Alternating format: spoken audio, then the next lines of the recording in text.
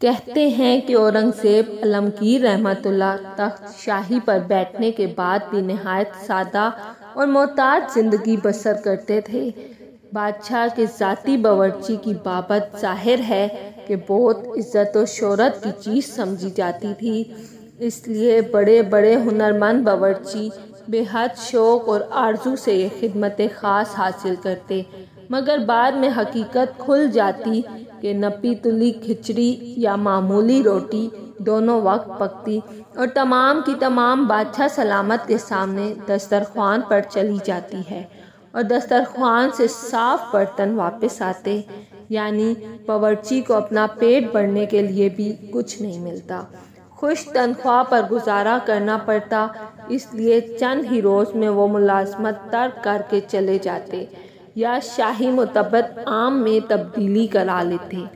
بار بار کے استعفوں سے تنگ بادشاہ نے نئے باورچی سے معاہدہ کیا کہ کم از کم 1 برس تک ملازمت میں رہنا پڑے گا، اور اس عرصے میں استعفیٰ قبول نہ ہوگا۔ ناواقف باورچی نے خوشی سے معاہدہ کر لیا، مگر جلد ہی اس پر بھی حقیقت کھل گئی۔ اب باورچی مصیبت میں پڑ گیا، نہ گزر ہوتی نہ استعفیٰ دے سکتا۔ تنگ آ کر اس نے سوچا کہ بادشاہ کو اس قدر ناراض کروں کہ وہ خود ہی نکال دے، لہٰذا اس نے کھچڑی میں زیادہ نمک ڈال دیا۔ بادشاہ نے کھچڑی کھا لی، باورچی کی طرف صرف نظر اٹھا کر دیکھا، مگر کہا کچھ نہیں۔ باورچی نے مایوس ہو کر اگلے دن بالکل نمک نہ ڈالا اور پھیکی کھچڑی پکائی۔ بادشاہ نے اس دن بھی کچھ نہ کہا۔ تیسرے دن باورچی نے صحیح مقدار نمک کی ڈالی۔ بادشاہ نے اس باورچی کو نظر اٹھا کر دیکھا اور نہایت تحمل سے فرمایا، میاں ایک ڈھنگ اختیار کر لو، یا تو برابر کا نمک ہمیشہ یا بالکل پھیکی پکایا کرو، معتدل ذائقہ ہو، بار بار نمک کی مقدار بدلنے کی تکلیف مت اٹھاؤ۔ باورچی ہاتھ باندھ کر کھڑا ہو گیا اور کہا، جاں پناہ، میں 7 لڑکیوں کا باپ ہوں، شاہی باورچی کہلاتا ہوں، لوگوں کو مجھ سے بڑی توقعات ہیں اور میری حالت یہ ہے کہ فاقوں میں مرتا ہوں۔ میں نے یہ سمجھ کر ملازمت کی تھی کہ جاں پناہ کی ذاتی خدمت بجا لا کر کچھ عرصے میں مطمول ہوں گا، مگر اب سال بھر تک فاقہ ہی نظر آتا ہے۔ یہ تصدیق فرما کر خادم کو آزاد فرمایا جائے۔ بادشاہ نے پوچھا، آزادی کی خواہش ہے یا روپے کی ضرورت؟ عرض کیا، روپے کی زیادہ ضرورت ہے۔ کہا کہ اچھا، آج 8 پاؤ کھچڑی زیادہ پکا لینا۔ باورچی کچھ نہ سمجھا اور 8 پاؤ کھچڑی زیادہ پکا لی۔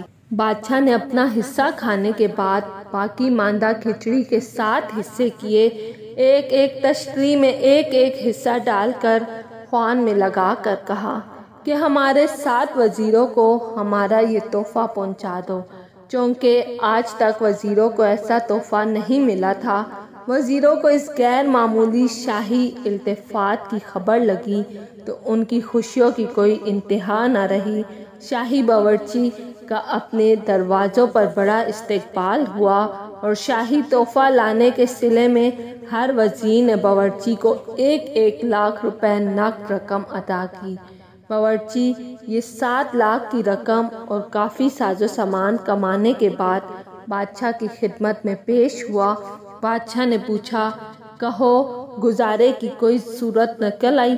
باورچی نے 10 بستہ عرض کی کہ حضور کی توجہ کی بدولت اب عمر بھر کے لیے بے فکری ہو گئی، اب کوئی حاجت باقی نہ رہی۔ بادشاہ نے کہا، آئندہ کھچڑی میں نمک صحیح انداز میں ڈالا کرنا۔ اگر آپ کو میری ویڈیو پسند آئی ہے تو لائک اور سبسکرائب لازمی کیجیے گا۔